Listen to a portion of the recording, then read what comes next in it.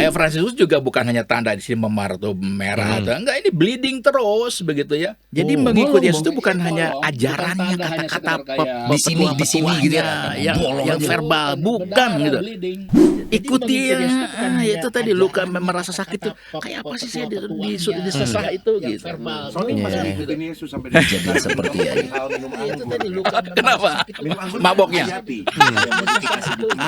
Sony masih ngikutin Yesus sampai dengan sekarang, terutama perihal minum anggur. Minum anggur dia menghayati. Saya modifikasi dikit. Merasa berjumpa dengan Tuhan dia minum anggur. Betul, karena saya nggak terlalu suka wine, kadang saya ganti biru. Modifikasi kan? Jadi dia tuh bukan sesuatu yang jauh di sana, tapi menjadi immerse ya dengan diri saya, dengan tubuh saya, Menyatu. dalam tubuh, bukan dalam pikiran gitu. Iya. Dan bagus itu. Tingkat tinggi. Tingkat tinggi. Kalau bisa begitu bagus Bapak Ibu. Tapi bukan berarti boleh ditato.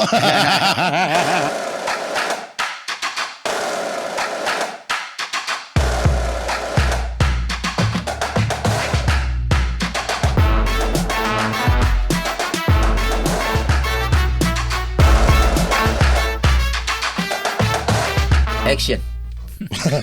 Gak ada yang ngomong action nih, kita jadi nunggu. Kristo nepok kodenya.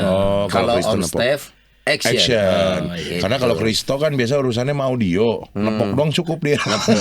Padahal nggak tahu di situ tadi nepok nyamuk. Ternyata action. Iya nih kebetulan nih lagi pada sibuk tim Komsos, jadi kita cuma ditemenin sama Kristo sama Kevin hari ini. Karena semangatnya kita tetap syuting. Betul. Karena kita harus tetap memberikan santapan rohani buat Bapak Ibu Umat. Rohani banget nih Sony nih. Karena semangatnya. Wah. Oke, seperti biasa Ramadan kita buka dulu dengan nyanyian yang ini. Saya mau ajak semuanya untuk ikut nyanyi karena pasti tahu lagunya ya. Let's go. Luka-luka yang ku rasakan, bertubi-tubi engkau berikan. Sangau, cintaku bertepuk sebelah tangan, tapi aku balas senyum keindahan. Harus sangau, bertahan satu cinta, bertahan satu cinta, bertahan satu cinta, bertahan satu cinta. Gopen dulu dong Mas Boy. Salah. Aduh, jadi ingat masa-masa ngamen dulu. Tidak semua bis kota menerima kita ya. Yoi, karena kita mau masuk ke bis kota pakai rok. Nah sih gue cek naik nanti gitu ya. Selamat bergabung lagi di Rumah Noni. Yeay, hari ini kita bersama Pastor Fabi. Yeay. Dan yang saya suka setiap bertemu dengan Pastor Fabi, kita membahas sesuatu yang temanya itu tuh tidak umum. Tidak umum. Karena saya suka juga hal-hal yang kita tuh harus melihat sejarahnya. Betul. Kemudian faktanya, tapi menggali ke diri sendiri juga. Karena tidak semua hal-hal ini bisa kita mengerti kadang hanya dalam satu obrolan. Betul. Makanya sering-sering nonton kembali deh. Karena kita akhirnya ada obrolan ini bisa jadi relate nanti. Betul, dan apalagi juga kalau ngomongin ya tentang sesuatu yang apa tadi Sony bilang nggak umum tadi, gak umum. Ya kan? Betul. Dan kebetulan biasanya yang nggak umum narasumbernya Roma Fabi. Tapi ajaib aneh. Tadi sempat ngobrol off air dulu nih, Bapak Ibu Umat, bahwa ternyata obrolan tema kita hari ini sosoknya relate dengan bahasan yang pernah kita bahas, yaitu perang salib. Betul, tapi juga relate sama bahasan yang waktu itu tentang Fransiskus dari Assisi. Nah, betul. Yang jadi benang merahnya adalah bahwa ternyata sosok Santo Fransiskus dari Assisi ini akan kita bahas juga karena real ada hubungannya dengan bahasan kita. Kemarin di perang salib juga ada, karena beliau yang berusaha untuk mendamaikan. Sudah. Tenang. Chill. Ya kan? Walaupun berlangsung tetap 200 tahun ya. Nah, itu aja makanya yang mau ngedamain ceritanya di perang yang sekarang nih, ya kan? belum tentu bisa langsung damai. Orang Fransiskus Asisi aja juga 200 tahun coy. Ini sosok Betul. pengen nenangin. Tapi yang abadi itu inilah perang netizen di kolom komen. Oh iya. Itu mah nggak dingin-dingin. Abadi. Nah, hari ini Kita bahas apa, Son? hari ini kita ngebahas tentang sesuatu yang ternyata ada benang merahnya itu juga dengan Santo Fransiskus dari Asisi. Dan sama lagu tadi kita. Sama lagu tadi tentang luka. Luka yang kurasa. Kita bicara tentang tato lagi. Bukan. Ya, Bukan. ada hubungannya, ada hubungannya. Ada. Sama tato? Iya, Seriusan lu? ada. Waduh. Kita Tapi ini mah bicara tatonya permanen. dan lokasi tatonya enggak semua orang suka. Kita mau bahas tentang ini topik lama yang udah pengen kita bahas tapi Ya. belum ada yang berani bawain. Kita bahas tentang stigmata. Stigmata. Ini bedanya sama stik si mantan. Ini akan lebih enak juga kalau Bapak Ibu umat mungkin pernah mendengar tapi tidak sering mendengar kata ini. Boleh sambil buka Google, boleh sambil cari tahu. Ya. Kita bicara tentang stigmata, sebuah fenomena kah atau dia disebut Penglihatan, tapi bukan. pengalaman iman. Kita belum tahu, kita akan kupas di sini dengan Pastor Fabi. Pastor Fabi, ini singkat dulu ya buat disclaimer. Kalau Pastor Fabi mengalami stigmata, takut apa seneng?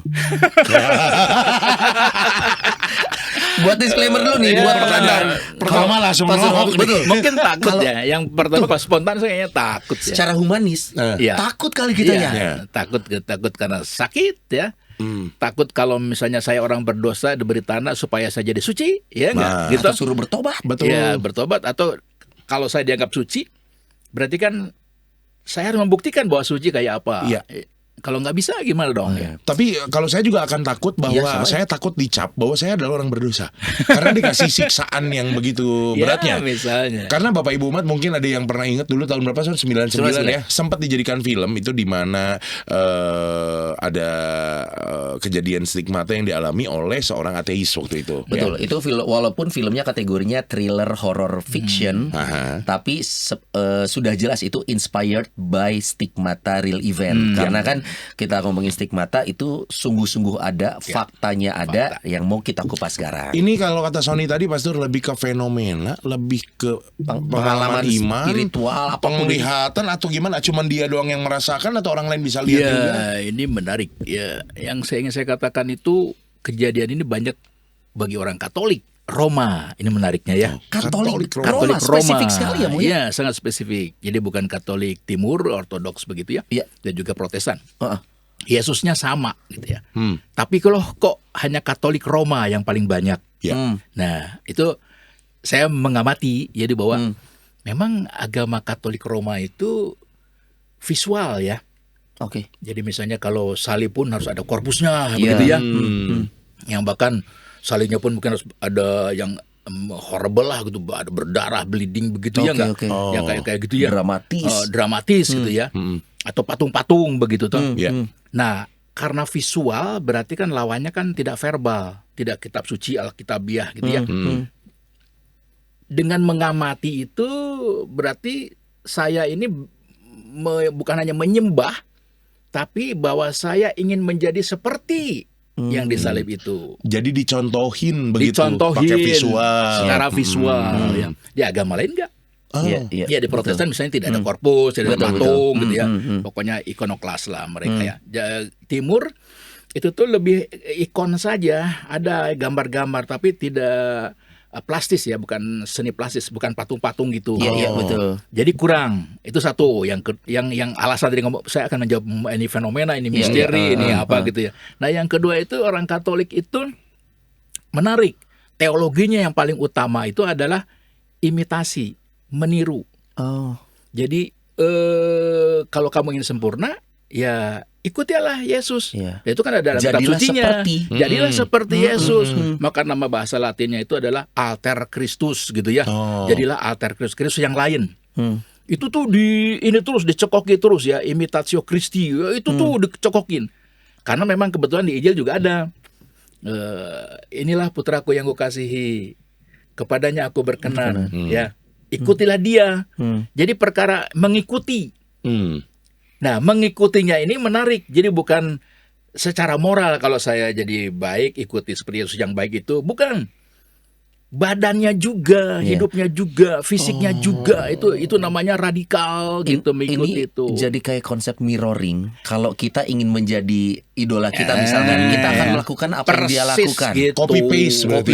Copy paste. Bahkan hal-hal yang tidak mungkin sekilas ini tidak rasional, tidak tapi rasional. kita lakukan karena kita ingin menjadi seperti. Nah, termasuk apa yang dialami Yesus itu itu luka-lukanya. dia. Jadi kan ngomong fenomena bukan fenomena berarti ya ini ajaran Katolik. Orang Katolik memang begitu. Ada kelebihan nggak kelebihan. Tapi juga tersimpan akhirnya bahwa salib itu memang dahsyat tuh, punya ada daya tanda petik ya, daya magis ya. Seperti pernah ada yang cerita gitu, ada seorang ibu-ibu tanya kepada satu ustadz ya, oh ustadz kalau saya lihat salib itu kayak ada jinnya apa saya takut gitu ya enggak? ya seperti itu ya enggak pernah dibahas ya anywhere. Ya karena di belakang salibnya apa? Sony bawa kampak. Ya takut. Whatever, tapi ada daya magisnya loh. Salib tuh bagi orang Katolik ya, ada sesuatunya. Bukan tentang benda fisiknya, tapi salib itu sendiri. Salib itu sendiri dia ada aura yang akan menyergap kita, mempengaruhi kita ya. Bukan pajangan di dinding gitu istilahnya ya. Ya bukan juga bahwa de facto atau dalam cerita saya tidak tahu bahwa salib itu yang paling bisa membunuh atau melawan Dracula kan? Iya benar. Misalnya gitu kayak gitu ya. Jadi selain tadi spiritualitas, tapi juga kalau ngomong fenomena ini adalah bahwa de facto benda itu tuh punya impact. Salib Katolik itu lebih sakti daripada salib yang lain lah gitu. Bahasa gampangnya ya.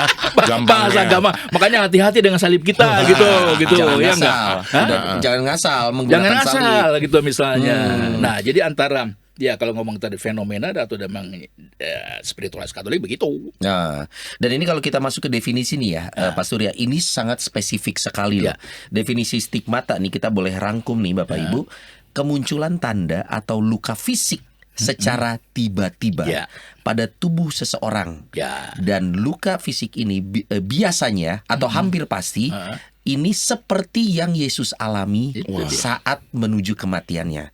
Tangan, lambung, kepala, kaki, dan bentuknya bukan bolong seperti dokter, tapi luka yang mungkin rasa perih sakitnya itu salah satu itu pun dialami. Itu salah satunya. Jadi hanya tanda ya. Tapi yang kayak Padre Pio itu tembus itu. Wah, jadi bolong. Karena ini memang menyerupai luka penyaliban. Artinya detail sekali ini luka saat proses penyaliban ya, Mo. Kayak Fransiskus juga bukan hanya tanda di sini memar atau merah atau enggak, ini bleeding terus begitu ya. Di lambungnya bolong, bukan tanda hanya sekedar kayak di sini gitu ya. Kayak karena memar, bukan berdarah, bleeding. Dan gitu. Ini yang mungkin secara rasional akal manusia tuh agak sulit menangkap gitu ya. Mungkin yang Pastor Fabi pernah dengar tadi ngomong katanya bolong dan bleeding. Itu ada berhentinya atau gimana atau terus berjalan, Pastor? Yang Padre Pio itu kan bertahun hampir seluruh hidupnya ya. Jadi mengalir terus darahnya ya. Walaupun darahnya konon tidak bau amis darah, tapi bau bunga mawar apa kayak begitu ya. Dan menariknya luka ini tuh tidak akan infeksi, tidak ada kemudian masuk kuman apa gitu perlu di antibiotik, nggak usah gitu. Jadi tetap aja sehat begitu. Berarti nggak perlu ke rumah sakit, nggak perlu apa. Kan orang ada apa-apa begitu berdarah dikit gini. Betul. Kalau paling gampang obat merah atau betadin. Yang lucunya lagi bahwa Padre Pio itu juga Padre Pio ya tidak begitu merasa sakit. Bleeding tapi nggak sakit gitu loh ya. Tapi yang ada beberapa yang lain itu memang sakit gitu ya. Nah, Fransiskus itu memang menganggapnya ini sakit seperti Yesus juga disalib, sakit gitu ya. Supaya mengalaminya, imitasinya itu bukan hanya tanda saja gitu ya, tapi dia merasakan apa yang dirasakan dialami Yesus, dialami juga oleh saya yang menerima salib itu gitu. Dan ini kita bilang di awal kenapa ada sosok Fransiskus dari Asisi, karena beliau adalah orang pertama yang tercatat abad pertengahan mengalami stigmata ini di gereja Katolik. Di gereja Katolik. Pas lagi ya kalau nggak salah sekarang tuh lagi puncak perayaannya 800 tahun Santo Fransiskus Asisi. Oke, mau bagaimana kita kalau kita melihat ke sosok Fransiskus dari Asisi, orang suci, santo, mungkin kita bisa dengan mudahnya sementara melihat ini adalah pengalaman iman yang merupakan kehendak Tuhan kepadanya. Tapi bagaimana kita bisa membedakan bahwa ini adalah benar kehendak Tuhan atau jangan-jangan ada peran si iblis misalkan untuk mengaburkan, wah saya juga nih ngalamin. Tapi sebenarnya orang itu orang yang bagaimana, punya latar belakang kan random ternyata ya. Iya, random. Kita tahu gereja Katolik itu tidak mau menerima begitu saja semua kejadian yang sifatnya miracle ada gitu ya. Penyelidikan dulu ada nih. 7 tahun. Pasti itu 7 tahun. Minimal ya tadi ya. Ada proses katanya enggak. Bener enggak sih bahwa namanya kejadian ini itu sungguh-sungguh dari Tuhan atau ini karya iblis ya. Atau dia buat-buat sendiri toh. Nggak ada kerjaan aja. Namanya pseudostigmata ya. Yang juga terjadi di Filipina. Pernah. Yang biasa jamu Jumat Agung mereka kan menancapkan itu gitu ya, disalib beneran. Tapi itu kan dengan kesengajaan. Iya, sengaja lah. Bahwa kemudian udah turun dari lukanya tembus tapi itu kan bukan stigmata lah itu gitu. Menghayati peran itu mah ya. Jadi memang pasti ada penelitian. Ini tuh benar dari Tuhan atau tidak gitu kan ya. Iya. Memang perdebatannya begini. Apa itu mulai dari manusia, dari saya ya, karena saya devosi sangat kuat, fanatik sangat kuat ya, sangat intens ya, beriman sangat intens. Dan tadi secara visual saya ingin mengimitasi dia secara intens gitu ya. Maka saya jadi luka seperti Yesus itu. Kan mulai dari saya toh? Iya. Atau ini saya tidak tahu, saya pasif, tiba-tiba menerima begitu ya. Bisa dua-duanya itu ya Mo ya. Ya ini yang jadi susah gitu ya. Bisa dua-duanya dalam artian karena saya devosi sangat kuat maka saya terima. Ya ada yang memberi ya, Tuhan memberi gitu kan. Atau bahkan mungkin yang gua mah nggak kenal Tuhan sama sekali. Tiba-tiba Tuhan masuk ke hidupnya gitu bisa gitu. Itu bisa jadi gitu. Itu yang perlu diseling bahwa nih walaupun tadi fiksi ya film itu ateis kok bisa stigmata sih gitu kan. Kan menjadi pertanyaan saja gitu ya. Tapi saya kalau tadi ngomong berhubungan tadi lagu tadi ada hubungannya itu Teresia dari Siena ya. Itu berarti 100 tahun setelah Fransiskus. Jadi ini perempuan ya. Mengalami stigmata juga. Yang tadi ngomong cinta, luka cinta tadi ya. Katarina dia mengklaim bahwa saya itu menikah dengan Yesus. Beliau itu suster atau apa? Rohaniawan. Dia Dominikan ordo ketiga, jadi dia awam tapi tidak menikah ya, tidak dibiara, dia tinggal di rumah sendiri. Tapi awam. Saya nggak ngerti, diceritakan dia tuh anak ke-24 dari 25. Berarti mamanya tuh punya anak 25, kok bisa ya? Karena belum ada program KB Mo. Enggak, karena kebetulan waktu itu ngambil paketnya yang grosir. Combo, buy one get 20. Memang ada yang ada kembar-kembar juga, tapi saya kebayang itu mamanya itu bagaimana ya. Semangat tante. Nah, dia itu terkenal dengan sangat hidup suci ya, mati raga dan segala macam itu ya. Yang hebatnya lagi, karena kesucian itu dia bisa mengembalikan kepausan yang dulu di Avignon ya, Prancis ya, dibawa lagi ke Roma. Karena pernah pindah gitu loh. Gereja itu pernah pecah, gereja Katolik itu ya, dan kemudian dipindahkan ke Avignon. Bukan jagoan-jagoan teolog, filsuf-filsuf yang supaya mengembalikan, bukan. Ini perempuan ini. Ya, dalam cerita ya. Jadi orang itu suci dan hebat ya, dan juga dia sebagai penjaga gereja dia menulis. Nah, dalam cerita pernyataan bahwa saya menikah dengan Kristus, berarti saya menyatu, bersetubuh ya, menubuh tubuh Yesus adalah tubuhku, tubuhku adalah tubuhmu lah kayak gitu ya. Saya otomatis walaupun dia perempuan mengalami stigmatisasi. Jadi kalau tadi pertanyaan siapa yang memberi, ya karena dia cinta sebegitu besar maka diberi kan oleh Tuhan, oleh Yesus ya. Berarti ini ada level spiritualitas iman ya, Mbak. Kita ini udah wah, kita tidak semua orang seberuntung itu punya karunia bisa. Nah, karenanya gitu mengapa di dalam tradisi Katolik ini kan pengalaman mistik namanya juga ya, mystical. Jadi bukan hanya spiritualitas yang sekedar kamu jangan berbuat kalau ada orang miskin kamu kasih makanlah, kamu jangan berbuat dosa. Bukan, itu level dasar artinya enggak ya. Ecek-ecek gitu mah. Ecek-ecek. Karena memang seharusnya seperti itu kita. Dalam Katolisme itu ada level-level tingginya itu. Yang kalau kamu menjadi Tuhan bukan hanya saja pikiran kamu jadi seperti Tuhan, maha kuasa, bukan. Kamu seperti Tuhan berarti sama seperti Yesus itu. physically-nya begitu. Bahkan kalau ngomongin penjelasan ilmiah ya, kayak yang waktu Tuhan Yesus berdoa di Taman Getsemani sampai berpeluh darah, itu ternyata memang tubuh manusia in another level, itu tuh bisa sampai ke sesuatu yang tidak kita pahami karena keseharian kita nggak ketemu yang gitu tuh. Secara fisikal, termasuk ya, mungkin kalau kita lihat, mungkin ada unsur spiritualnya tapi keimanan yang sangat mendalam bisa merubah tubuh seseorang, manusia itu. Nah, begini gue udah bahas ini ya.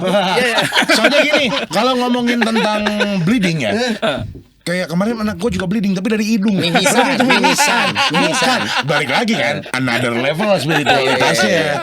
Gitu. Tadi Sony bilang Yesus berpeluh darah ya kan, namanya orang lagi tegang apa gimana segala macam, ternyata juga tekanan darah tinggi ngocor coy. Bisa aja kan. Tapi tidak, itu pengalaman yang berpeluh darah. Memang harus yang titik katanya orang itu punya ketakutan sedih mendalam yang dialami Yesus baru akan mungkin terjadi. Itu tadi ketakutan sedih mendalam. Kata mendalamnya berarti ada intens ya. Ya, ngomong satu tokoh namanya Therese Newman ya, berarti ada orang dari Jerman, nggak salah ya, Newman berarti itu ya. Dia awam juga.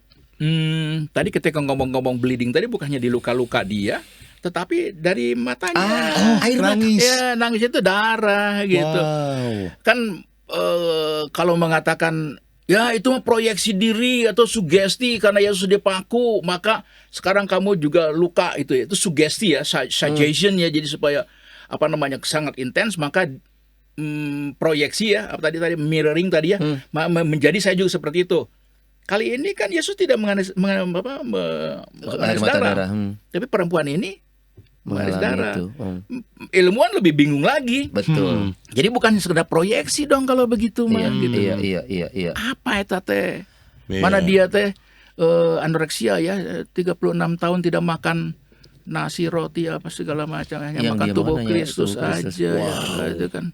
Ini kalau dokternya spiritualnya kuat juga mungkin akan jadi menarik. Tapi kalau dokternya terlalu ilmiah atau mungkin tidak beriman jadi dia akan teliti ini hal-hal begini ya Pastor ya. Yang paling populer untuk memfalsifikasi ya, berarti menguji bahwa ini salah itu ya, adalah konsep yang dalam psikologi yang kita tahu ya, yaitu psikosomatik ya. Kalau kita psikis sakit apa, maka raratul kayak gitu ya. Bawa ke dokter pun, kulit saya ini kenapa kok nggak tahu ya, bukan karena kuman, tapi karena psikis ya.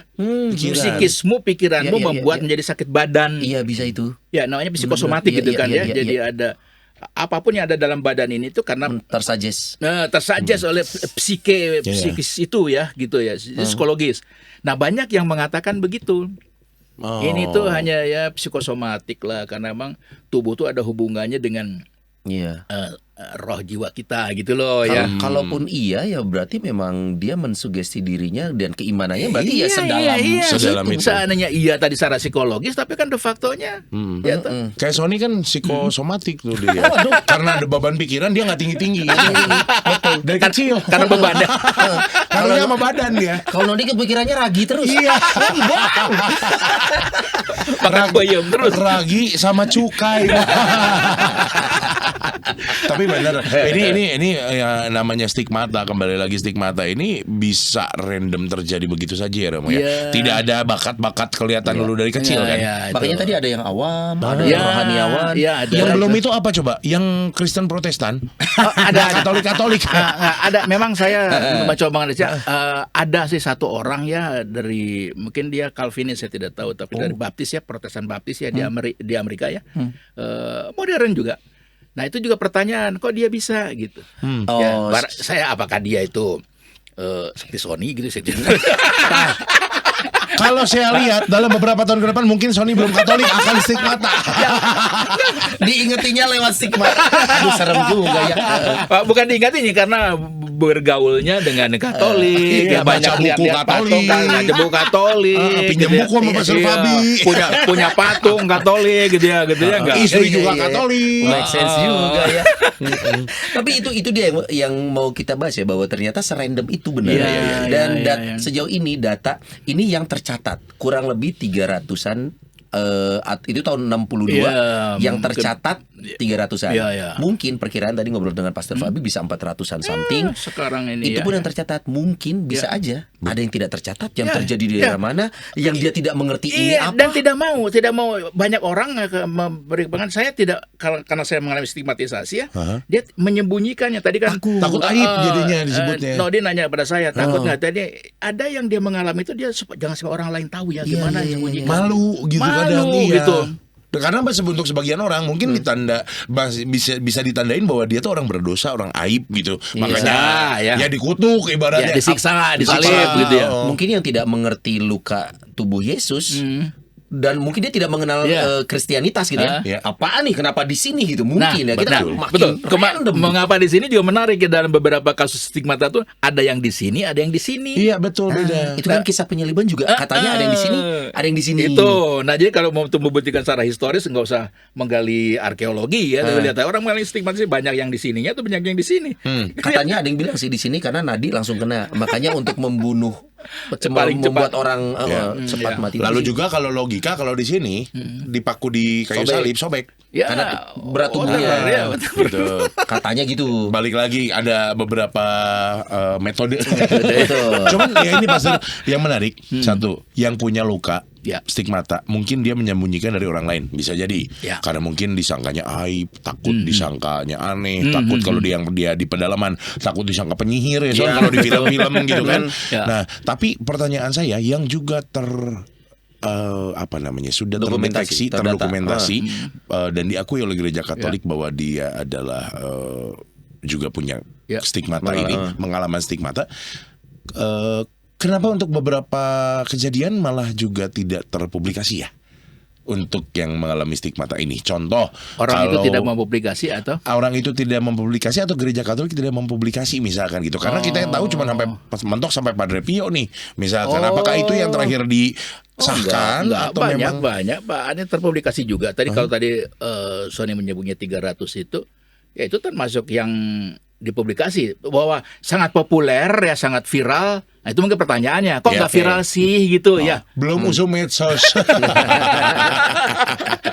Ya, itu pertanyaannya gitu ya. Kalau saya misalnya betapa ini pentingnya, apalagi pembicaraan kita ini ya, ini kekuatan Katolik loh, kehebatan Katolik. Stigmata itu bangga dong harusnya. Bangga, bahkan menjadi kesaksian yang paling tidak bisa dilawan. Kalau saya berdebat sekarang dengan Sony tentang filsafat, teologi itu ya dapat dibantah. Bahwa salib itu adalah penyelamat atau penebusan, atau dengan peristiwa salib itu dunia ini selamat. Cukup dengan stigmata. Bener kan salib itu? Gitu. Oh, jadi talk to the hand. Apa artinya namanya teh proof ya, bukti yang tidak bisa terbantahkan lagi gitu ya. Itu niscaya. Ini hebat tuh salib Katolik teh gitu ya. Lantas kalau kita bicara tujuan, tidak mungkin Tuhan menciptakan sesuatu yang manusia tidak tahu apa maksud tujuannya. Walaupun memang banyak hal juga yang kita masih mencari tahu. Sampai akhir hayat mungkin kita nggak pernah tahu. Tapi sebenarnya kalau kita berandai-andai, kalau ngomong tujuan, saya memilihnya dua aja. Satu untuk pribadi personal, satu berarti untuk gereja ya, sebagai misi ya, sebagai witnesses, sebagai kesaksian kepada orang lain ya. Secara pribadi barangkali supaya kita lebih bertobat atau lebih merasakan devosi ya dengan Yesus tadi ya, cara ya, the way-nya supaya merasakan sungguh-sungguh Kristus seperti apa ya, dengan cara itu. Untuk ke orang lain, lihat loh nih gereja kami, benar kan? Salib itu misteri loh. Makanya ada Jumat Agung misteri ya. salib, Misteri ada salib Jumat pertama misalnya gitu. Ini jadi Jumat Agung kan penyembahan salib ya, penghormatan salib ya misalnya gitu ya. Ada jalan salib di Jalan salib itu juga misalnya. Kemana-mana kan ziarah juga jalan salib. Mungkin ini cara Tuhan mengingatkan manusia juga ya, layer ya, kayak yang nih udah ada Alkitab, ya elah masih nggak baca. Nih gua tegur enggak juga lah. Nih gue kasih ada yang kena stigmata dah. Nah, kasih stigmata aja. Nah, ini kebetulan menarik juga karena Sony ngomong begitu ya. Mengapa orang Katolik itu bodoh-bodoh baca kitab suci? Malah kitab suci nggak hafal kitab suci gitu ya, nggak. Pasturnya juga nggak hafal. Iya, pastor Katolik gitu ya. Memang kalau saya ditanya begitu ya, bisa kan yang menjalani gitu ya. Pembelaannya. Tapi gini poinnya, Katolisisme itu tidak verbal ya, tidak literal. Oke. Ada teks maka lakukan itu gitu ya. Tidak. Dan juga tidak hanya bersifat nalar ya, pemikiran gitu, logika begitu masuk akal. Tidak. Tapi bagaimana itu nempel di tubuh, bagaimana menubuh, bagaimana menyatu menjadi tubuh, mendaging begitu. Nah, itu loh ya. Itu berarti tingkat tinggi. Makanya ya saya tertarik dengan tatonya. Yang ini nih. Tato salibnya atau gambar salibnya itu ya. Saya tertarik itu gitu ya. Mengapa orang kok pakai tato, dan Paus Fransiskus juga mengatakan orang tato tuh nggak dosa, bagus gitu ya. Nah kali ini tuh kok ada tato salib? Kan itu mau mengatakan misteri salib itu bukan saya pahami secara kognitif, bukan. Iya. Saya jadikan tubuh saya Bagian ya dari digambar, misalnya baru digambar ya. Kan stigmata juga sama dengan gambar atau dipahat ya di dalam tubuh saya ya. Ya enggak? Iya betul. Iya, betul. Jadi dia tuh bukan sesuatu yang jauh di sana, tapi menjadi immerse ya dengan diri saya, dengan tubuh saya, Menyatu. atau dalam tubuh, bukan dalam pikiran gitu. Iya, Itu Katolisisme. Dan bagus itu. Tingkat tinggi. Kalau bisa begitu bagus Bapak Iya. Ibu. Tapi bukan berarti boleh ditato. Dan ini sudah jelas ya, tidak bisa kita menyengajakan diri. Wah, ingin stigmata saya akan karena itu keimanan anugerah seseorang itu ya, anugerah. anugerah, Ada ya, karunia yang semakin kita berserah, kan kadang berserah itu proses yang tidak kita sengaja lakukan. Saya Betul. pengen berserah, kan nggak gitu ya? Prosesnya nggak ngomong gitu aja lah. Saya pengen berserah. Enggak, berserah itu fase yang kita alami. Ya gimana aja yang disalib sebelah kanan Yesus kan? Betul. Seumur hidupnya ngerti. Berdosa Last dia. minute surga beliau. Orang pertama yang masuk surga itu. Atas perintah Tuhan Yesus. Betul. Go. Ya. Tapi ini kalau Sony pengen ngalamin stigmata, bisa sih minta paku sama palu. Guys, Manual. Tapi ini ada yang lucu, mau Apa tuh? ketika ngomongin stigmata, kalau di filmnya misalnya orang itu mengalami stigmata berkali-kali di fase hidupnya. Hari ini luka, Besok luka, Oh, iya. sehari 2 kali. Kalau ini ya di umumnya dalam gimana, cerita dari yang tadi Sony bilang 300-an itu ya, hampir hari Jumat. Jadi nanti saya Sabtu gitu, Minggu sudah nggak lagi gitu ya. Nanti jadi mingguan gitu loh. Pas mulai hari Jumat baru luka lagi gitu ya. Ini pengalaman beberapa yang mengalami. Ya, Kayak bleeding jadwal lagi. siaran, Son. Tiap Jumat podcast. Ya, yang membedakan dengan Fransiskus dan tadi Padre Pio tadi kan dia terus gitu ya. Kalau yang beberapa tadi teh ya hanya hari-hari tertentu. Oh, di Jumatnya. Tapi ini sebuah pattern yang kita nggak tahu ya, karena ada yang terjadinya seperti itu, mungkin ada yang cuma sekali dari 300 ini atau berkali-kali Mo.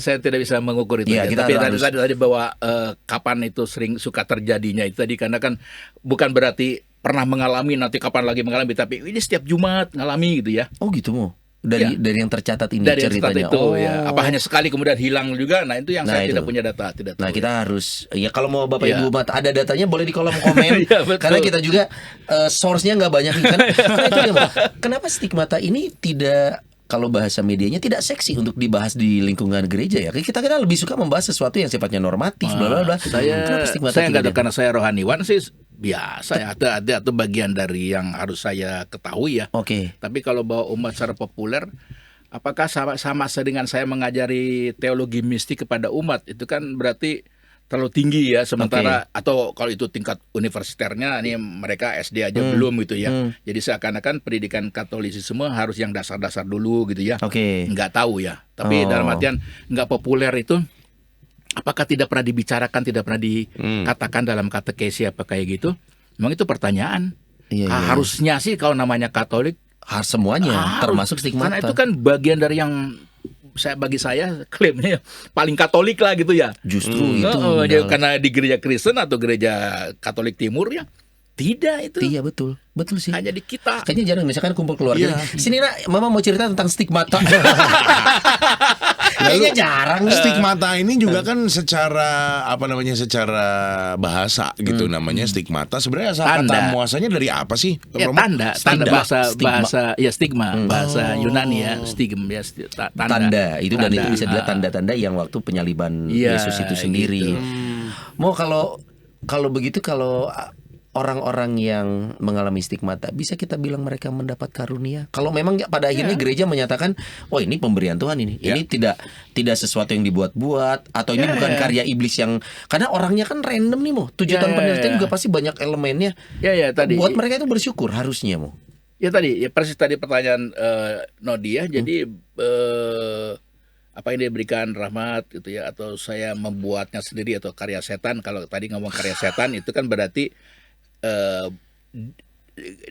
dia ini akan diselidiki oleh gereja ya, oleh tim yang saya bilang tadi 7 tahunan itu menginvestigasi ya bahwa apakah benar atau nggak benar gitu kan. Seluruh hidupnya, secara hidupnya dan siapa dia itu gitu kan. Baru nanti yang judgementnya itu datang dari gereja bahwa ini tuh bener, ini palsu begitu loh. Dia juga mungkin tidak punya hak. Ini beneran saya dapat anugerah, enggak juga. Karena gereja Katolik kan ada ya hierarki, ada wibawa episkopal lah ya. Dan penyelidikannya juga udah lembaganya khusus nih, yang ada untuk orang-orang tertentu. Baik dari psikologi misalnya, dari hubungan tubuh lah gitu ya, fal tubuh lah atau segala macam, termasuk profesional semua teologi ya. Karena kalau melihat dari sisi misalnya nih, kita kan seorang Kristiani, kita pengikut Yesus gitu. Saat ketemu stigmata, kita bisa mengambil sisi mengertinya karena stigmata bla bla bla. Tapi untuk yang tidak mengenal Tuhan Yesus misalkan mengalami stigmata, boro-boro jadi karunia kata. Yang gue alamin kesakitan, apa ini sih gitu ya. Ini apa? Yang masa ini harus gue bilang karunia gitu. Nah, itulah artinya kompleksitasnya di sana gitu. Kita nggak bisa, atau jangan-jangan ya memang Allah Tuhan atau Yesus sendiri memberi tanda kepadamu tentang kebenaran dari misteri salib ya. Masa udah diberi tanda secara fisikal kok nggak mau bertobat juga, menjadi Katolik gitu misalnya kalau dia orang suci ya berarti bagus, tapi kalau tidak mengenal coba renungkan gitu. Apa nih maknanya nih. Kalau secara verbal dikotbahi kamu nggak tobat-tobat gitu ya, ini saya kasih tanda yang nggak usah pakai kata-kata karena tidak ditemukan di sumber lain. Kalau nyari stigmata sudah jelas, carilah di agama Kristen Katolik. Nggak akan nemu di lain nih. Mohon maaf, di agama Katolik di Kristen nggak ada. Ada juga. Cuma di alaminya. Karena kan konsep stigmatanya ada. Konsepnya ada. Konsepnya ada. Sekarang kalau ngomongin tentang di Indonesia nih gitu ya, gosipnya, konon katanya juga ada yang mengalami stigmata. Namanya Stefanus. Tapi dia mah lebih mengalaminya si mantan. Ada di Indonesia, ada katanya gosipnya. Nggak tahu nih, kita tanya Mas Fabi karena belum terpublikasi dengan resmi. Dan masih dalam kerangka penyelidikan investigasi ya. Ada seorang muda dari Kapusin ya, seorang muda di Sumatera ya. Gitu ya. Seorang seminarian Kapusin di Sumatera Utara ya. Cuman memang belum terpublikasi secara resmi karena memang masih dalam masih 2019. Iya, belum lama. Baru. That's why belum 7 tahun dah. Belum. Kalau saya sempat melihat potret-potret dia ya yang bermacam-macam tadi ya. Ya kayak begitu juga. Dan yang menariknya dia tuh Kapusin. Lalu Kapusin itu apa sih Mas? Kapusin adalah Fransiskan. Ada 3 ya, Kapusin ya, Cappuccino itu kan dari situ ya. Iya, Cappuccino, Italia. Lalu konventual ya, lalu OFM saja yang tidak ada kapnya, tidak ada capnya istilahnya gitu ya. Sama OFM cap gitu. Jadi ada 3 aliran besar Fransiskan tadi. Nah, yang Kapus ini termasuk rajin atau paling banyak gitu ya mengalami ya itu. Dan ini kebetulan sempat terjadi katanya di Sumatera, cuman memang belum terpublikasi secara resmi karena memang masih dalam tahap investigasi. Ya kita sih berharap nih kalau memang ini ternyata terbukti nantinya menjadi sebuah mujizat besar untuk bangsa kita juga ya. Bisa jadi. Karena jadi ada contoh nyata. Untuk bangsa berarti kan tadi kan ngomong untuk gereja, tapi juga untuk pribadi juga ya. Bahwa dia barangkali juga harus bertobat atau itu anugerah karena dia devosi kepada salib atau mengikuti Yesus tadi sangat kuat, sangat ekstrim. Jadi dia mengalami itu. Ya, apa anugerah yang tadi cinta yang berluka, yang cinta tadi apa? Bertahan satu cinta. Bertahan satu cinta. Walaupun dia luka, tapi dia tetap cinta. gitu. Saking cintanya, luka segimanapun dia terima. Gitu kan? Iya, lagunya gitu. Betul. Dan ada sebuah lagu yang mengingatkan itu kan ada Nearer My God to Thee gitu. Itu kan makin dekat Tuhan itu. Kalau saya nggak salah baca kisah lagu ini, Nearer My God to Thee, itu tuh bukan ingin dekat secara fisik, tapi ingin menjadi seperti. Jadi makanya di lagu itu katanya ya memang manusia yang ajaran Kristen itu mengajarkan kita tuh menjadi seperti kan, bukan hanya dekat, menjadi seperti Yesus ya, Yesus yang sebagai manusia dan entitas Tuhan. Ya gimana caranya ya, termasuk sampai ke yang kita alami itu kayak gitu itu. Kalau gitu itu lagu ya populer ya, saya rada tahu iramanya. Tapi juga dalam sebut saja tradisi Islam ya, atau kebatinan Islam yang istilahnya manunggaling kaulo lan Gusti ya. Saya bersatu dengan Gusti Allah Tuhan. Jadi beragama paling tingkat tinggi tadi ya, karena itu kebatinan ya, adalah perkara bagaimana menyatu dengan Tuhan. Tuhan masuk dalam diri saya atau saya masuk dalam diri Tuhan. Yang diandaikan kalau saya ya apalah tetes air yang lebur ke dalam samudera, atau samudera raya itu mencaplok lah. Ya masuk ke dalam tetes embun, gitu kan. Jadi saya adalah samudera, samudera adalah saya. Metafornya begitu. Nah sekarang Tuhan sama. Nah itu tuh sudah ada dan dihayati oleh orang Indonesia. Tadi ngomong-ngomong, ada baru ngomong lagu gitu ya. Jadi sebenarnya tingkat tinggi kerinduan orang beragama itu sebenarnya bukan hanya sekedar moral, ada aturan tidak boleh ini tidak boleh, bukan. Itu perkara fusi dengan yang ilahi. Katolisisme sudah gitu, fisikal ya. Tubuhku adalah tubuh Yesus adalah tubuhku gitu kan. Makanya menerima tubuh Yesus itu dalam setiap komuni ya. Itu poinnya. Jadi mengapa menyambut tubuh Tuhan? Supaya Tuhan berada dalam bersemayam dalam tubuhku. Tubuhku ini tuh ada, bahkan mungkin sebutnya bait Allah ya. Saya bukan, Yesus itu bukan di luar sana, Yesus itu ada di saya. Deritamu deritaku gitu. Makanya kalau beres terima tubuh Kristus terus pulang ribut di parkiran kan. Perkara 2000. Itu lucu. Cuman ya ini menarik ya, Romo. Kalau saya mah senang film Kolosal. Dari zaman dulu kalau maha gurunya lagi pada semedi berlatih ilmu, itu lebih banyak menyingkir, lalu diam, lalu meditasi, lalu apa? Ya mungkin itu dengan proses fusi tadi, mungkin dengan alam, dengan semesta.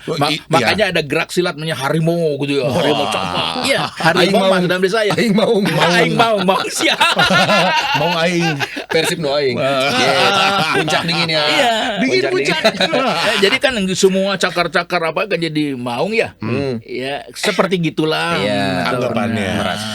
Ada lagi yang ini nih, kalau kita nanti ada bahasan sendiri, kita mau bahas tentang film Da Vinci Code. Tapi nanti, tapi di film itu mau ada cara manusia untuk bisa sampai kepada Tuhan kan. Kalau digambarkan di film itu ya ada beberapa adegan. Pertama Silas ini adalah seorang rohaniawan yang menyakiti dirinya sendiri dan dia merasa dia bertemu Tuhan dalam kesakitan tubuh yang paling ekstrim. Nggak tahu apakah ini boleh disamakan dengan stigmata saat dia sakit bertemu dengan Tuhan gitu. Tapi kan itu disengaja ya, karena dia sengaja menyakiti dirinya itu. Saya tertarik walaupun saya akan menerangkan dari sisi yang lain. Itu saya tadi dengan pernyataan tadi, saya sakit gitu.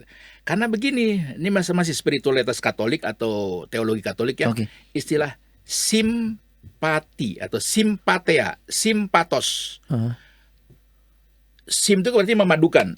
Patos itu derita ya, bahasa Yunani ya. Patos seperti deritamu, deritaku tuh disatukan. Saya ingin merasakan sakit kamu ketika dicambuk. Saya ingin merasakan sakit kamu ketika dipaku gitu. Karena berarti saya menjadi medium penyelamat bagi diri saya dan bagi orang lain. Gitu saya kan? mengalami apa yang kamu alami. Itu kata sim ya. Lalu lagi satu lagi empati. Empati artinya apa? Saya masuk ke dalam patosmu. Saya masuk ke dalam penderitaanmu. Makanya kamu harus simpati kepada penderitaan orang miskin apa begitu dia orang menderita ya. Itu empati. Empati simpati itu sungguh-sungguh sangat Katolik secara spiritual. Dan itu tingkating jadi bukan hanya aduh kasihan ini saya kasih ini buka dompetnya kasih kamu saya kasih BPJS kamu ya. Bukan gitu ya. Bukan actionnya nih. Saya merasakan deritanya gitu ya. Kalau Franciscus itu kan sampai memeluk orang yang kusta itu ya. Jadi memeluk itu berarti supaya saya sendiri menjadi seperti orang kusta itu merasakan aduh kayak apa gitu. Nah dan di adegan itulah menyakiti itu harapannya ke sana. Tapi nggak tahu itu kan film fiksi tuh. Ya tapi dalam tradisi ada. Dalam tradisi memang ada. Dalam tradisi Fransiskan itu. Fransiskan itu. Kita pernah bahas sekilas sih. Kalau sudah makan siang mereka tuh bukan nonton TV, ke kapel doa tuh mencambuk diri. Soalnya ingat nggak waktu kita acara di Karmel rasanya kan ada pameran tuh. Rasanya juga memang pernah pernah lihat cambuk sih saya lihat di situ. Asa pernah gitu. Dan itu memang identitas. Tapi ya mungkin ini untuk ya jalan the way untuk tadi askese ya supaya saya lebih sempurna spiritualitas saya, maka mediumnya itu tadi. Sorry, ini pengetahuan umum apakah masih dilakukan? Pengetahuan umum aja sih. Kayaknya enggak ya. Oh enggak. Ya apakah masih ada yang ekstrim apa begitu? Malas itu saya enggak tahu. Iya enggak tahu. Kalau ada info Bapak Ibu sekali info-info gini tuh buat kita jadi ilmu kan. Terakhir dipakai itu sekitar 20 sampai 30 tahun yang lalu oleh ibu kita. Pakai rotan. Sony masuk. Sony mandi.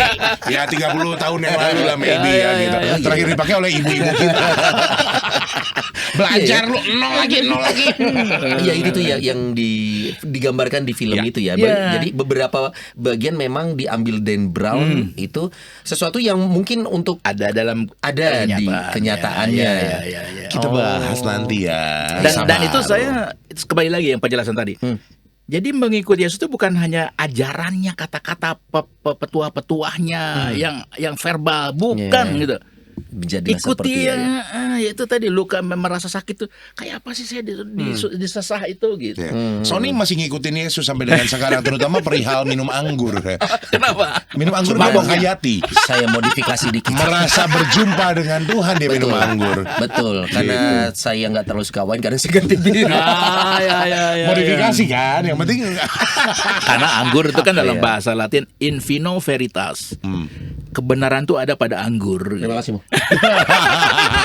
Jadi ketika seseorang minum anggur, dia akan mengatakan kebenaran, sesuatu yang benar. Jangan jujur hanya gitu. minum air, sekali-kali minumlah anggur. Tertulis. Anggur bukan bir. Iya kan? Iya juga. Romo, ini mah ngomong balik lagi ke stigmata nih.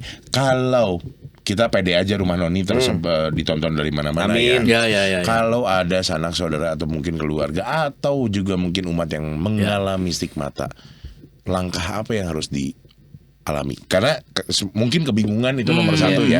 Jadi baiknya itu langkah pertama gimana? Apakah cari pastor atau gereja terdekat atau gimana? Itu paling paling praktis, yang paling bijak ya. Karena ini kan pengalaman rohani yang ekstrim atau pengalaman rohani yang tidak biasa juga, tidak umum gitu ya. Maka kan datanglah ke pastor paroki atau bahkan mungkin ke uskup ya, bahwa mengapa saya mengalami kayak begini kan. Disertai dengan bukti otentik dong tentunya dong. Ya saya yang datang kan. Orangnya itu berdatang. Maksudnya ada buktinya dong kalau bisa ya. Bertanya. Jadi mengapa Romo atau Monsinyur saya kok mengalami begini, mengapa? Apa ini artinya gitu kan. Dan mungkin meminta supaya diawasi. Dikontrol ya. Betul. Perjalanan hidup saya ini tolong diawasi gitu kan. Jangan-jangan tadi Nodi bilang ini setan yang memakai, bisa jadi kan gitu ya. Betul. Karena jadi takut juga dong kalau ini setan memakai tubuh saya. Karena kan cara kerja setan memanipulasi. Sangat cerdas. Betul. Jadi artinya bisa jadi wah, saya dapat stigmata. Itu bisa tuh setan bikin stigmata bisa ya. Iya, gampang untuk dia mah. Niru doa Bapak kami juga bisa setan. Makanya. Iya, jagoan itu. Makanya manipulasi. Yang nggak bisa itu merubah air jadi anggur ya. Dia bisanya merubah uang jadi anggur. Iya, merubah air jadi anggur nggak bisa. Uang jadi anggur bisa kalau setan gitu. Oh berarti menghubungi pastor paroki terdekat atau mungkin pokoknya rohaniawan terdekat. Itu perlu didoakan nggak sih? Misalkan kalau ada kerabat siapapun gitu, itu minta didoakan sembuh. Atau biarkan saja seperti ini Tuhan. Let it be. Sampai aku engkau panggil itu. Iya. Kalau sembuh nggak keren lagi. Mendoakan supaya apa? Supaya sembuh gitu. Nggak ada gunanya lah. Kalau Orang tanpa apa? keinginan ini kan Ucapan bukan syukur atau apa? Ngaku dosa. Makanya tadi kalau ngomong konsultasi tadi kan diandaikan imamnya dan atau uskup juga sangat tahu ya kalau mengalami kayak gitu tuh apa yang harus dilakukan kan. Iya. Tapi kalau misalnya mendoakan supaya sembuh, orang ini adalah anugerah kok. Kalau Malah setelah dibuang. diselidiki kalau anugerah ya. Iya, gitu. 7 tahun loh penelitiannya. Nanti kita lihat sudahnya gitu. Iya. Ternyata orang ini adalah orang suci. Dia memberikan kesaksian kepada orang-orang dia misteri salib. Kalau sama kayak kisah Fransiskus Assisi berarti sampai beliau wafat pun dalam kondisi Ya. mengalami luka Ya, itu. ya. kan Padre ya? Pio pun juga Ya, sama iya, ya. Padre Pio Sama. juga ya. Oke. Oh ya itu karunia berkat. Karunia, Suri. berkat. Lu hati-hati kalau nyanyi lagu Betapa Hatiku ya. Kenapa emang? Pakailah hidupku sebagai alat. Serem lagu itu teh. Itu dalam loh. Dalam loh. Iyalah. Tapi dikasih stigmata ngeluh. Kok nyanyi cenah. Jangan yang ini deh. Yang lain aja. Yang lain enggak. Yang khotbah aja lah dia ngomong. Ya kan itu lagu tuh kayak yang sederhana tapi dalam itu maknanya kan gitu. Betul. Gua mau dikasih stigmata nego. Berarti ya doanya itu juga doa pribadi ya. Pertama Iya. ya cari ke dalam ya mau Iya, yang ini apa? iya, Apa iya. yang mau engkau sampaikan ke aku Iya, Tuhan iya, dengan aku iya, mengalami ini. begitu. Relakah kita nerimanya? Ya. Kadang kita juga harus melihat kan gimana hidupku ke belakang selama ini. Kenapa aku diingatkan dengan cara seperti ini? Apakah benar misalnya. gitu? Ya banyak hal ya yang harus direnungkan ya. Salah satunya bicara dengan pastor. Berandai-andai. Son, kalau lu stigmata gimana doa lu nanti gitu? Waduh. Kehendakmu Tuhan terjadi jangan kehendakku. Terjadilah gitu ya. Terjadi ya. Enggak tahu gue harus gimana soalnya. Udah bingung Udah gitu ya. bingung aja Tapi itu kayaknya mah. juga sama sih. Gue juga kayaknya bakal begitu. Kalau memang Kehendak nggak gua ada orang lain yang lebih pantas, ya udahlah gitu. Ya, Tapi kalau misalkan ternyata Sony lebih pantas, Sony aja tuh. Milih. Ya enggak. Takutnya gue lebih banyak dosa, lebih banyak apa. Iya. Tapi kalau udah jalan itu kan ya why not? Pastor gimana? Kalau pastor tiba-tiba Ya. nanti pulang dari sini stigmata. Ya, itu Gua yang bukan tadi nyumpahin, kan, pastor bukan ini. yang tadi kan pertanyaan mengenai Takut, ketakutan nggak ketakutan tadi kan seperti gitu. Dan itu wajar sebagai Ya, wajar manusia. lah, gitu. Apakah Tahu-tahu tubuh kita ini luka, anugerah atau ini hukuman? Bisa jadi kan? Iya. Oh, oke. Sebelum pertanyaan apa ini dari setan atau dari Tuhan itu ya pertanyaan ya. Oke. Tapi mungkin bisa jadi kritik juga bisa ya. Iya. Saya nggak tahu ya. Ini rada susah. Saya menerangkannya agak filosofis ya. Oke. Ada Maurice Merleau-Ponty adalah filsuf dari Perancis ya, yang mengatakan begini. Berkomunikasi dengan yang lain, dunia yang lain, realitas yang lain itu kan kita biasanya verbal, kata-kata ngomong gitu ya. Iya. Ya. Dan seakan-akan ada yang disebut dengan tadi ide, gagasan, konsep yang sifatnya ideasional. Tapi kata filsuf ini, kata Ponty ini, sebenarnya paling banyak itu komunikasi kita itu adalah tubuh dengan tubuh, badan, daging, flesh, Iya. shark ya. Itu komunikasi itu yang paling banyak begitu. Yang sebenarnya seperti saya sekarang berkomunikasinya lebih fisikal loh, badan dengan badan loh, yang disebut dengan intercorporeality. Jadi antar badan. Yang paling banyak kita ini sedang berkomunikasi dengan siapapun itu dengan badan. Oke. Jadi bukan ide dengan ide, bukan brain to brain, bukan head to head, tapi body to body. Seperti misalnya saya tertarik karena saya laki-laki, saya hetero ya, misalnya kalau ada wanita cantik itu gitu ya. Ya sebenarnya saya sedang berkomunikasi badan ke badan loh, bukan ide ke ide. Iya, paham. Apalagi ketika sampai kepada tingkat intens sangat mendalam, pasti yang ditampilkan itu badan, jadi bukan pikiran. Nah, mengapa terjadi stigmatisasi dan apa artinya stigmatisasi? Karena ya itu kalau orang yang barangkali selama ini agama kalau ngomong mengkritik ya terlalu verbal, terlalu kata-kata, terlalu menyangkut moral, tindakan-tindakan gitu loh ya. Iya, betul. Yang harusnya tuh physical, bodily, embody ya, embodying ya, menubuh. Itu tuh menjadi tubuhku gitu loh. Oh. Mungkin tahu puisinya Khalil Anwar. Yang mana nih? Itu tubuh mengucur darah, rubuh, patah, mendampar tanya. Aku berkaca dalam darah dan seterusnya. Khalil Anwar itu ateis atau Islam juga, mungkin ya bukan Katolik kan Kristen. Tapi saya merenungkannya, iya itu namanya refleksi berhubungan dengan religi keagamaan ya, kekatolikan gitu loh. Iya.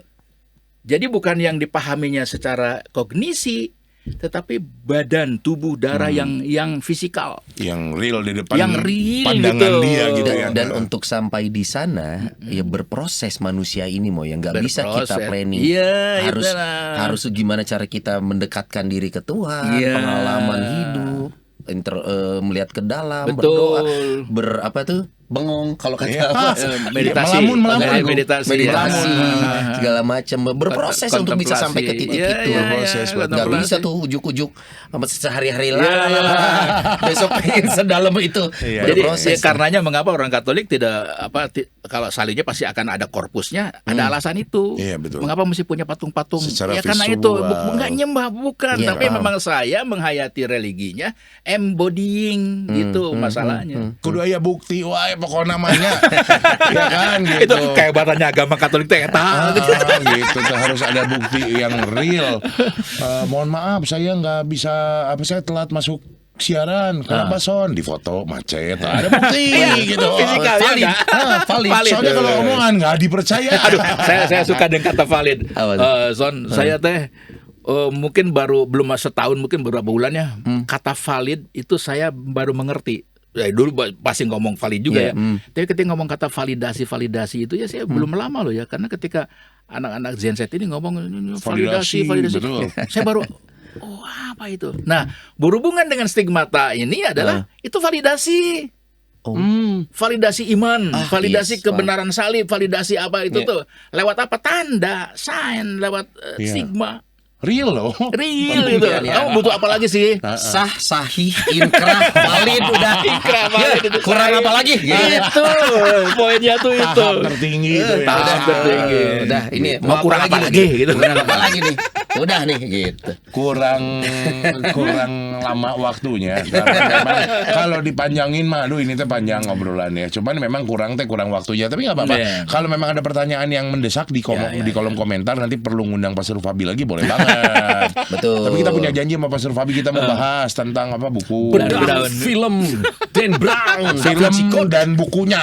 Angel and Demon sama Inferno. Inferno. Wih, ini sedap nih. Sambil nonton kayaknya suruh di sini kita bikin layar, nonton, setelah itu bahas. Jangan debat ya, bahas. Lu Om Sep boleh nggak bikin begitu Om Sep? Ya, Boleh ya. Nanti kapan-kapan kita umumin di Instagram Rumah Noni. Makanya di add dulu dong. Kak Anas pasti ikut, yakin? Pasti ikut. Pasti. Ini kayaknya Cidok juga datang dari Jakarta. Cidok datang. Bisa jadi. Yang- Mungkin Cipet dari Aussie datang juga. Dan dari Swedia Datang. jangan lupa oleh-olehnya Pastor Fabi sebagai closing ada apa yang mau disampaikan? tentang stigmata. Ya, kalau untuk pendengar yang Katolik ya dengan peristiwa stigmata ya, terutama tahun ini, tahun Fransiskus gitu ya. Itu tuh menjadi suatu yang membanggakan gereja Katolik gitu ya. Betapa gereja Katolik itu gitu ya, betullah itu memang baru abad ke-12 mulainya begitu ya.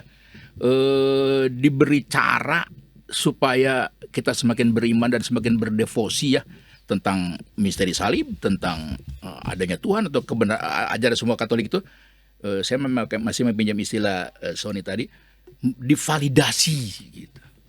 Katolisisme itu divalidasi dengan peristiwa stigmata. Itu aja. Terjawab sudah. Keraguan-raguan bukti otentik. Masih belum nyangka Katolik itu valid. Nah, gitu ya. Ngobrol sama Padre Pio. Ngobrol sama Fransiskus Assisi ya. Pergi kasih sekarang gitu Tapi ya. kalau ternyata yang di Indonesia kita doakan juga ternyata memang dianggap jadi sebuah keajaiban stigmata. karunia. Nanti kita ngobrolnya bisa ngobrol di Sumatera. Nggak usah jauh-jauh ya. Terima kasih Pastor Fabi sudah hadir. sama-sama. Sampai bertemu di bahasan favorit saya berikutnya. Saya suka banget bahas yang gur-gur gitu. Oke Bapak Ibu, terima kasih sudah menyaksikan. Yes. Kita ketemu lagi di episode berikutnya. Bye bye.